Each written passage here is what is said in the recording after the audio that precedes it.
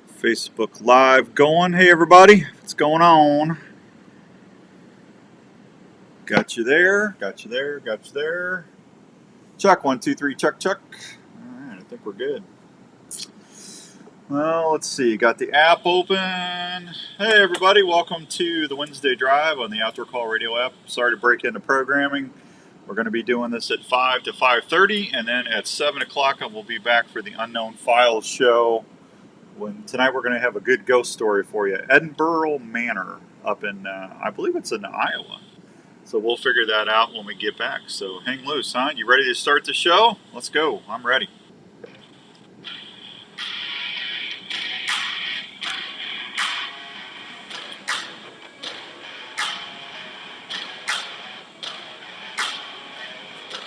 Well, my Lord, watch me sway, darkness falls and we all pray. All right, welcome to this week's edition of the Wednesday Drive, brought to you in part by our good friends out at Rupert's Roost and Peace Turkey Calls. I hope everyone's having a good July 5th all across the good old USOA. Hi to everybody on Facebook. Good to see you.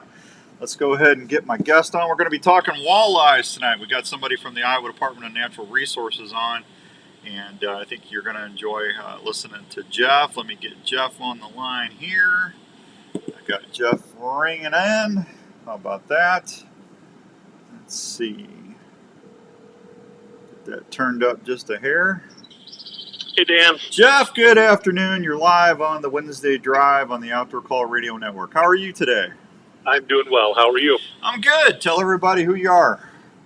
My name is Jeff DePasca. I work for the Iowa Department of Natural Resources as the fisheries biometrician or fisheries statistician for the state of Iowa. And I've been doing that for over 20 years now. Wow, that's awesome. All right, now, excuse my third grade education. What's a metrician do? The fisheries statistician kind of tells the story. A biometrician is a person who looks at the statistical part of wildlife populations and does assessments of those populations and looks at them from a numerical standpoint. I got you. All right. Well, I got to ask you, how's the fishing in Iowa? I know it's been brutally hot the last couple of days, but I've been seeing some pictures on Facebook here and there. There have been a lot of folks catching catfish, a lot of flatheads, and a lot of channel cat's been caught here recently.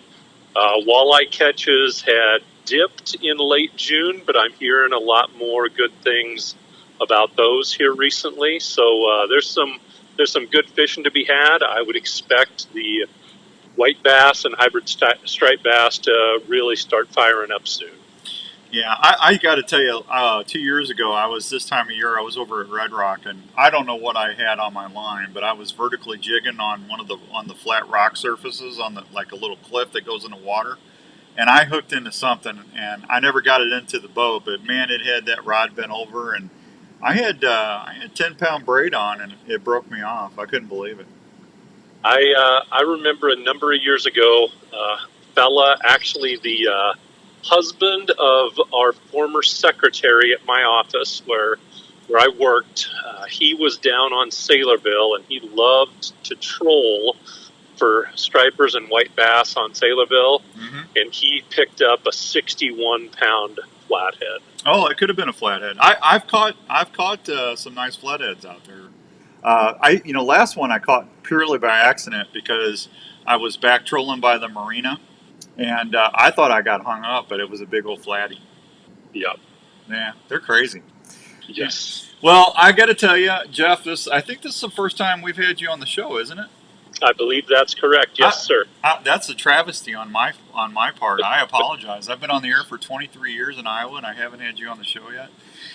We'll make that up to you. Better late than never. Well, I appreciate that. Thank you. So my passion is walleyes and crappies. I love walleyes. I grown up outside of St. Louis, Washington, Missouri, about 50 minutes out of St. Louis West. But I grew up catching crappie and bluegill and bass and catfish, and really never got into walleyes that much until I moved to Iowa, and then I went ice fishing, and it ruined me. I got a couple walleyes, and I started eating them, and then I started going up to Lake Minnesota, up in Lake Winnie or Lake of the Woods, and doing some trips on the radio shows there. And I've been ruined ever since, Jeff. I don't think there's a finer fish. They drive me nuts, but them Wallys they're something else. People love them. People love them. They are very much desired by the anglers of Iowa. And, they are not the most often caught fish in Iowa.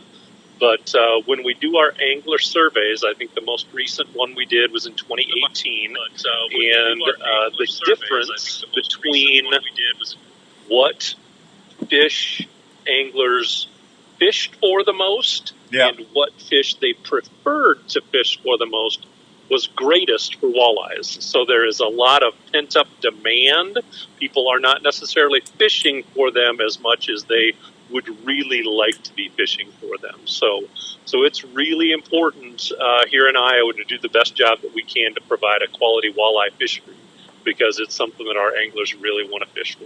Absolutely. Hey, Hank and everybody, I'm sorry I can't see you on my messenger on eCamp for some reason still. They're working on that, but I'll get back to everybody when I have Jeff off the air and I can flip over to Facebook. So please forgive me and just bear with me, and I apologize for that.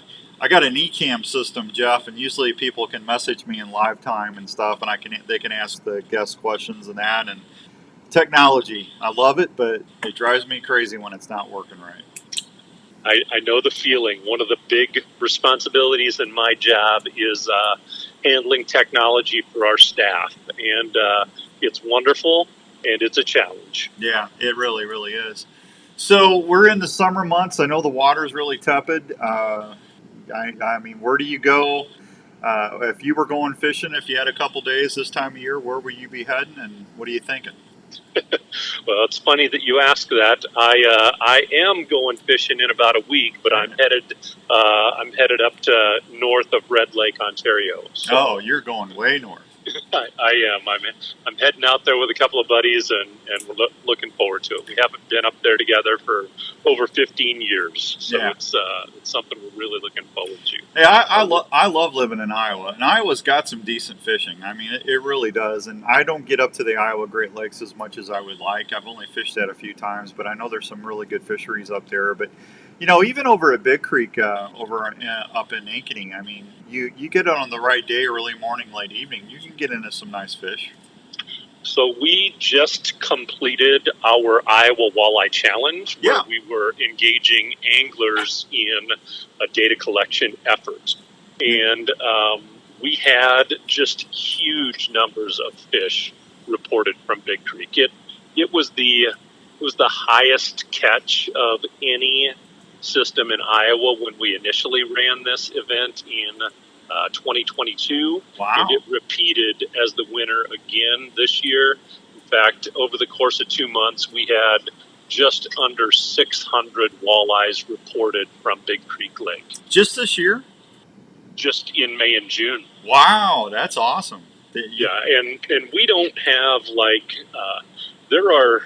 we only had 150 some anglers sign up for the event, and just under 100 who reported catches. So there's thousands of anglers in the Des Moines area, and we had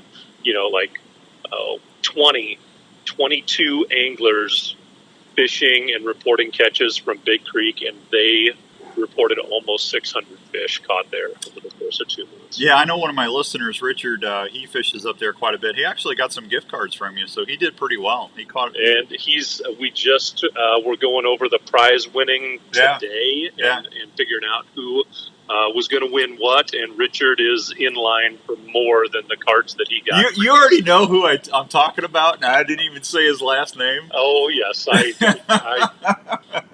have my finger on the pulse, man. That's my job. Richard Grimes. Yes, sir. Yeah, Richard, you're famous, man. Congrats. That's awesome. Him and his wife they're really nice people. I like them. They're good people. Yes. I love fishing that lake. I have to go during the week when there's nobody around, though. It can get kind of busy, but boy, I've done pretty good back trolling crankbaits in that main lake channel there. Yep. And bottom bouncers work really good. and then in front of the marina, if you get a Lindy rig going, that's always pretty good to come up with some fish. I tried that. Now, I'm true confessions. I am one of the world's worst walleye anglers. Oh, and so Jeff, I'm not a professional walleye. I'm a bow hunter. I've been fishing. I'll be 60 in February. I've been fishing since I was 3, but by no means am I a professional fisherman. But I just by going up to Minnesota every year and learning about back trolling and bottom bouncers and Lindy rigs and all that other stuff, I can luck into some fish once in a while. I was up there. I actually tried. I'm not allowed to participate in the walleye challenge, but I was up there with a buddy and we were trying to catch walleyes, and I did catch 2. Yeah.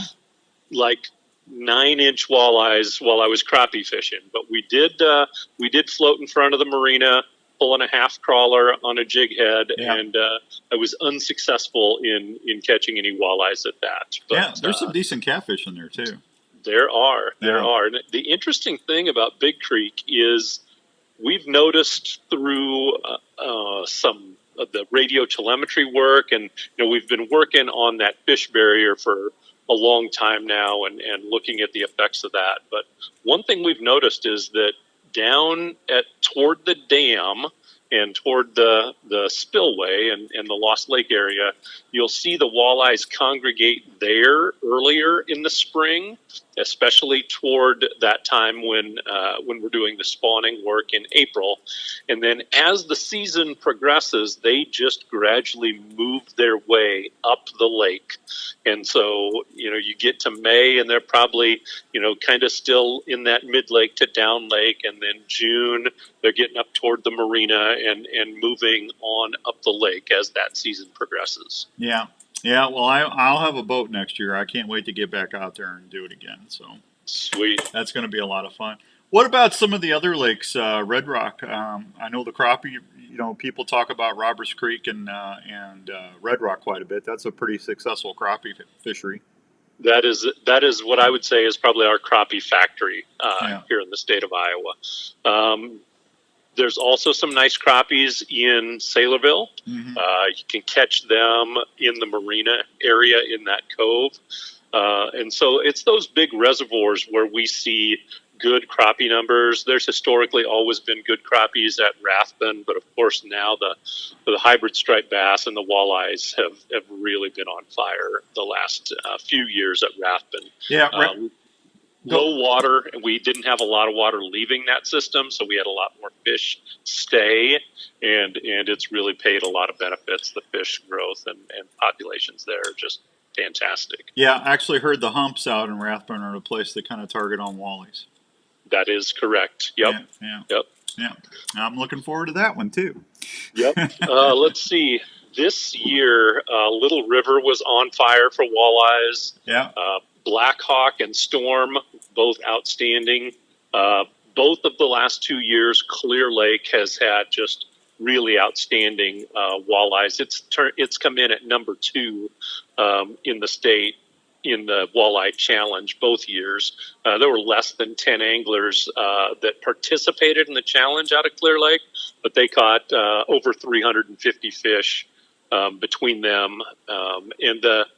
I was talking to Scott Grummer this past winter, and Scott indicated from the sampling that they do, and I was actually up at Clear Lake this spring helping with the walleye spawning activities, and just the size of the fish, the overall population, the number of fish bigger than 15 inches, bigger than 20 inches, above the slot, is just the best that it's ever been at Clear Lake. I'm glad to hear that. I was just up at Lake Winnebagosh in Minnesota. That's one of my favorite lakes to go fish every year. And I was getting into a bunch of 10 to 13, 14-inch walleyes. And I'm really glad to see that because next year those are going to be 18 to 19-inch walleyes.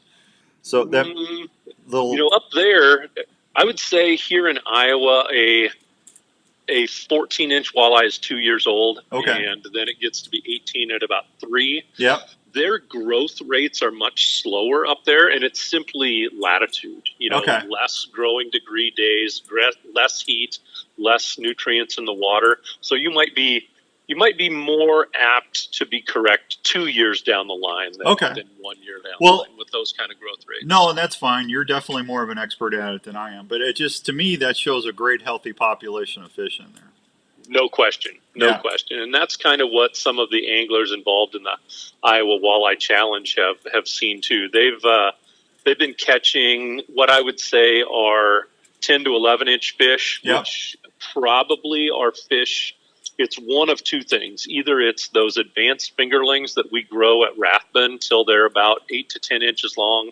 We stock them in October and November, and so they are hitting that length right now this spring, or they are fry that we stocked the previous year, and they won't grow quite as much because they're not on feed constantly like the fish in our hatcheries, right? And so they'll be maybe just a half a year behind those fish that we grow in our hatcheries. But tons of fish that size caught at Rathbun this year.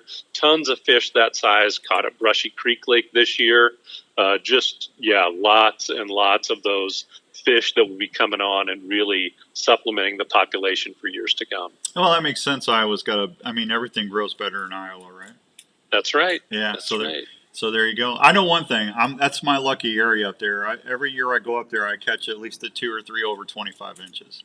That's fantastic. Yeah, I don't know what it is. I lucked into it. I lost my rod and reel this year, though, so it was really funny, Jeff. A brand new Tricofish carbon rod, $300 rod, and a Fluger spinning reel.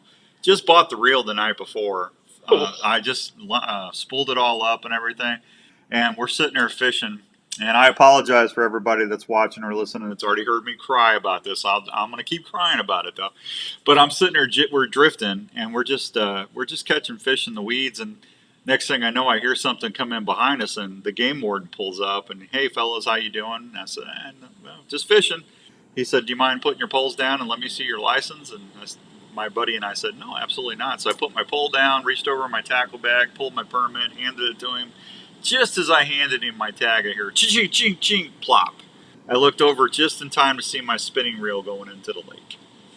I looked over at him. I said, thanks, Ward. I wasn't laughing at the time. I'm starting to laugh about it now. Well, we can either laugh or cry. I'm still crying inside. Somebody's going to snag them because I had a lot of line out. Somebody's going to snag them a nice rod and reel this summer or fall yet.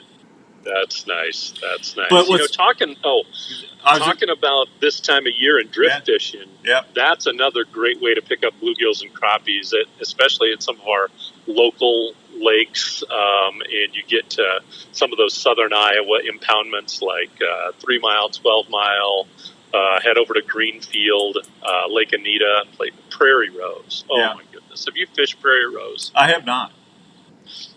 It's awesome. Yeah, I've heard nothing but good things. They have some really good. Don't they have a couple ice fishing tournaments on that? They do. Yeah, they do. Yeah, I've heard some good reports out of that. So, there's a lot of places I haven't got the wet line yet in Iowa that I'm looking forward to going to. That's for sure. So, Jeff, tell you what, I'm going to take a real quick break. You mind holding through just a few minutes? Absolutely. All right, we'll be back with Mr. Jeff Kapaska from the Iowa Department of Natural Resources. It's the Wednesday Drive on the Outdoor Call Radio app. Don't go nowhere. We'll be right back. In these times when a lot of us are working from home, it's even more important to make sure your home is the right temperature. What's going on, everybody? Now is a great time to call the experts at Wyckoff Heating and Cooling at 287-6000 to schedule a check on your current heating and cooling systems. Is your house too dry? What's up, Jeff? Brant, how you doing? Fishing Dave, good to see you. Your AC heating system can Chris, good to see you, Chris. I'm checking all my messages. I don't know why I get them on my phone, but I can't get them on my messenger. I'm sorry. Businesses for over 70 years. They offer 24-hour service and programs like. I'll answer everybody when I get done with the show. $15 a month.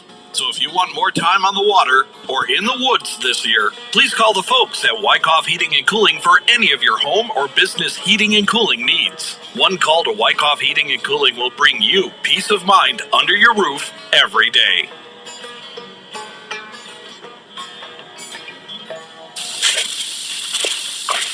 Trails are not always easy. That's why your boots need to fit and perform when you're outdoors. Itasca Footwear has been helping folks on their adventures for over 40 years. Itasca learned over the years that using only the highest quality materials and hardware is the way to make footwear for the whole family in all situations. Whether you're out elk hunting, chasing moose or whitetails, riding snowmobile trails, or ice fishing in sub-zero weather, Itasca Footwear will provide you not only a great fit, but comfort for all-day adventures. Itasca has sizes and styles for the whole family. You want to give them the same comfort and fit that you look for in footwear so everyone can enjoy their day. Look for Itasca Footwear, trusted by millions of customers at most major and family-owned retails. For more information or footwear styles, please go to www.itascabrands.com. Itasca Footwear. It will keep you on the move. Hey, students, are you into shooting sports? Well, if you are, Coming back, have you guys. ever thought about using your passion to help you through college? Grandview University is a small private college that is looking for students that have a passion for the shooting sports and learning. Grandview University has a shooting sports program that, if you qualify, will give you a guaranteed rate for your whole education while on the shooting team. That means your cost won't go up. You will get to experience a new level of competition and learn in a small class size with the feel of a larger campus with a ton of opportunities. So if you're looking to advance your education and love to shoot, why not shoot for a college program that has produced countless All-Americans and has a winning record of 4 times national champion? Grandview Shooting Sports athletes will have your ammo, uniforms, travel, and education covered in your scholarship. If you like to shoot for the stars and push yourself, Grandview University wants to talk with you. For more information, check them out at gvvikings.com.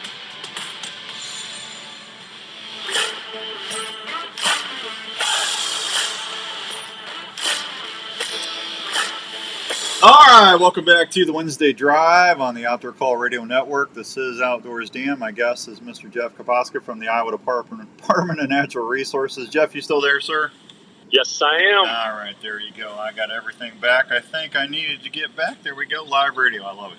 So I got to ask you, we're getting into some hot weather, but then the fall, I know a lot of folks like me are getting excited about the upcoming whitetail archery season and stuff, but fall can be some of your best fishing of the year, and they're trying to get fat and fed before the winter gets here, aren't they? That is the absolute truth. You bet.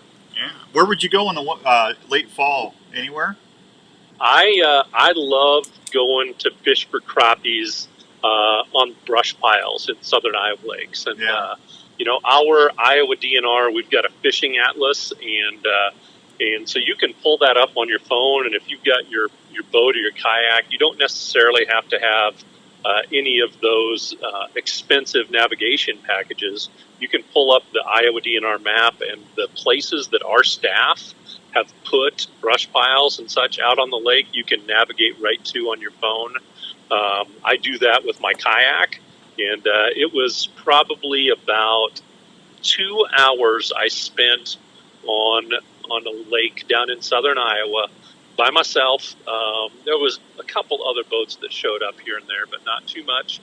And I caught 24 bluegills and 22 crappies in 2 hours. Oh, that's awesome. Yeah. Yeah, you can't beat that. I'm telling you. No, and I love, just hitting those brush piles. It's awesome. The other thing to do, though, especially in northeast Iowa. Oh, the trout? The walleyes. Oh, the walleyes. The walleyes on the Maquoketa River, the Wapsie, the Cedar, just fantastic walleye fishing on those rivers, and especially, fishing a Rapala or something like that. You go wader fishing, throw that up over a sandbar where that water is coming down over the sand and then drops down into deeper water. Yeah. And hold on to your dreams. There's some awesome walleyes to be caught, and you can do that in central Iowa on the Des Moines River and some of our other rivers here in central Iowa and elsewhere. But those walleye populations in the Cedar and the Wapsie and not the upper Iowa as much, but the Maquoketa, it's just outstanding. Just well, and it's outstanding. so pretty country up there too. Oh my goodness, absolutely. Yeah, and the trout fishing is phenomenal too. I used to go trout fishing almost every other weekend when I was in Missouri back home, and I think I've only been up there once in 22 years. I don't know why, but it's just I miss. There's some really nice trout fishing up there too. Oh, outstanding trout fishing, outstanding trout fishing, and getting better all the time. We continue to do research in the Iowa DNR to determine the best ways to improve our fisheries, and we've made some really phenomenal strides with our native brook trout, and then also the brown trout that have become naturalized to our systems, and they are self-sustaining, reproducing on their own, and those fish that come from systems where they can attain natural reproduction, they really are. That's what we're focusing on, both in terms of our native brook trout and some of those brown trout systems where maybe the temperature's not quite right for the brook trout to sustain themselves. So for the most part, our brook trout are self-sustaining in a lot of systems. We have brown trout self-sustaining in a lot of systems. And then those cold water streams where we don't necessarily have high enough quality for the trout populations to sustain themselves, that's where we put our hatchery resources and put our rainbow trout. So just a wide variety of options, and it's phenomenal. Oh, I hear nothing but good things about it, Jeff. I really do. I got several people who go up there and fly fish all the time. So yes, good stuff. All right, anything you want to share with the folks as far as the fishery side for us the rest of the summer? Yes, yeah, rest of the summer and just more broadly in general. Like I said, catfishing is going really well now.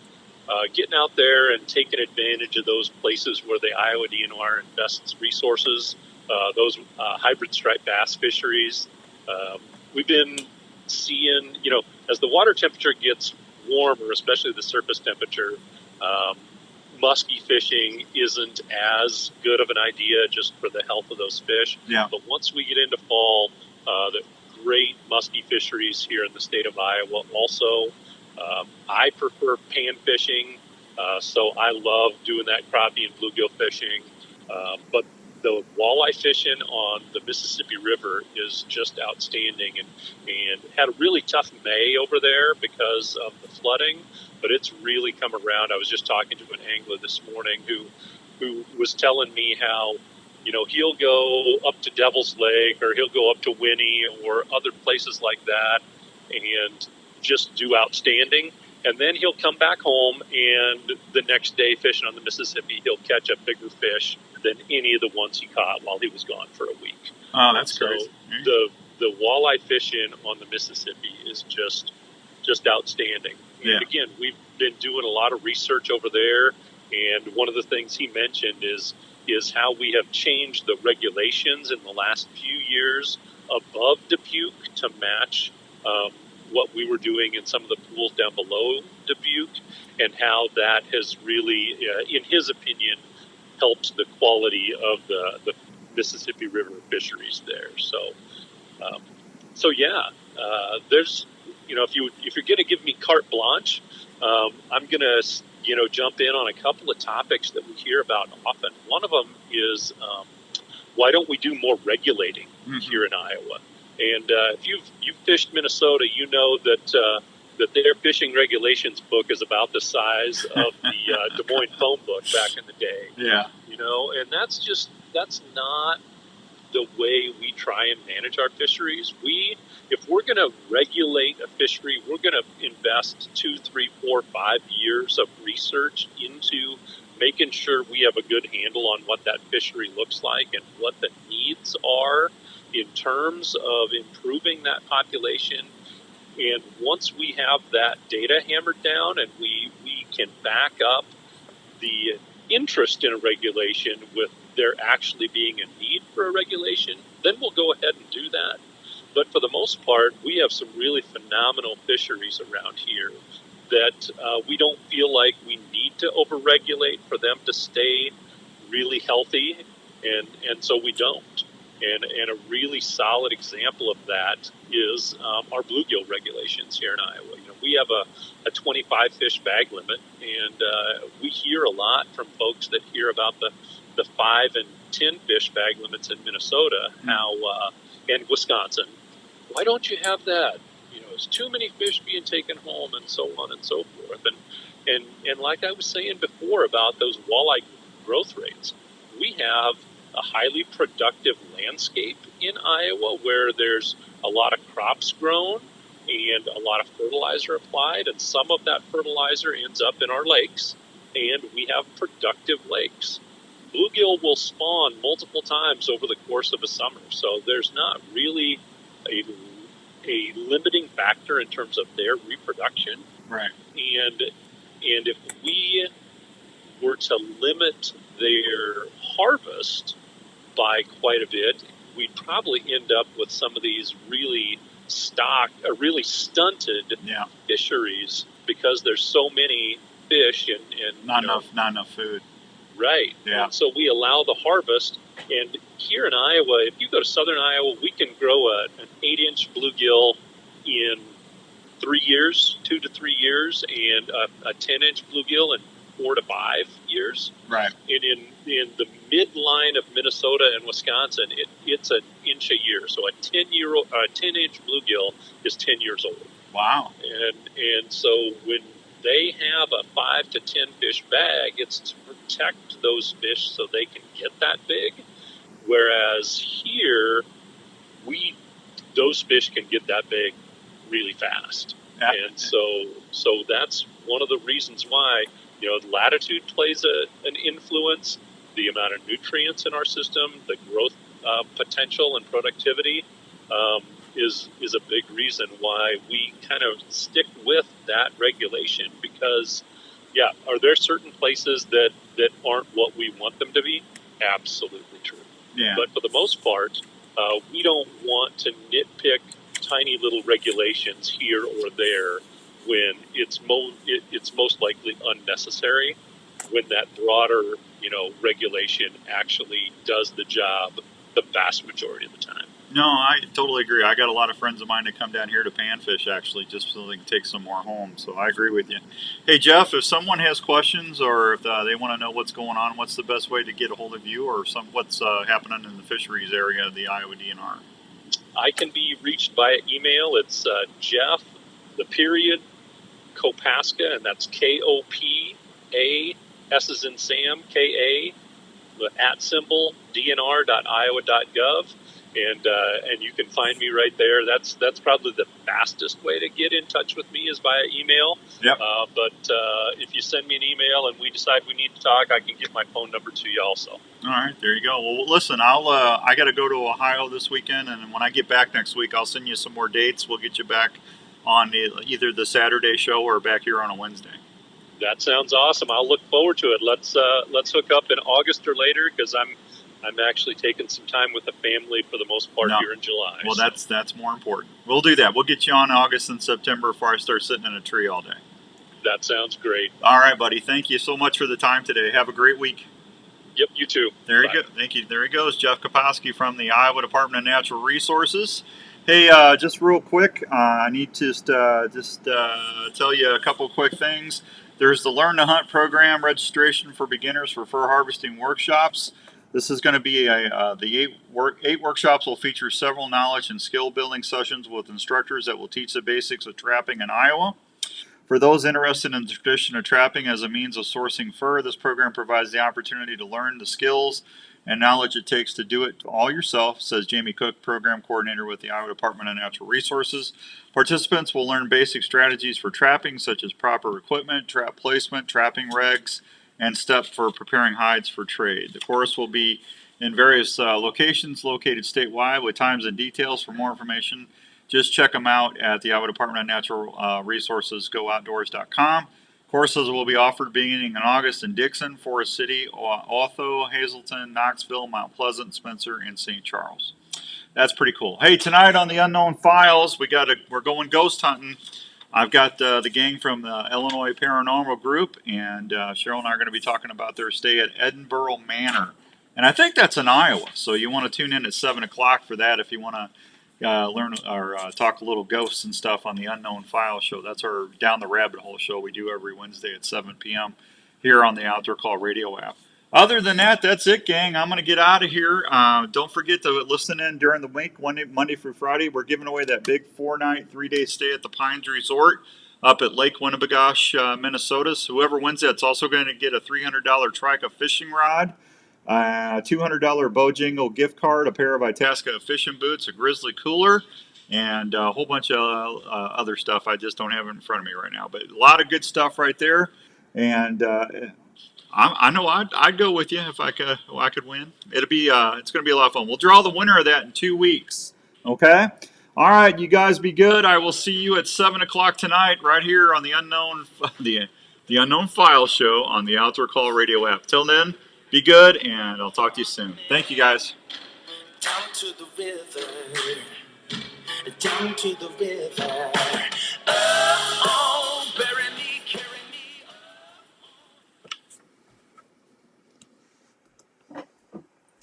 All right, guys, thank you so much. I appreciate you tuning in. I will be back at 7. Let me see if I can say hi to everybody real quick if you're still on Facebook. And I'm sorry about that. Richard, we talked about you. Hey, Jacob, thanks, man. Yeah, it was a good show. Jeff did a good job. All right, I will get with everybody, and hopefully before next week my messenger thing's working. So I miss talking to you guys. I always like saying hi, so I have to do it on my phone because I don't know why it's working here but not there. I'll see you soon. I'll be back at 7. See you later. Go get something to eat.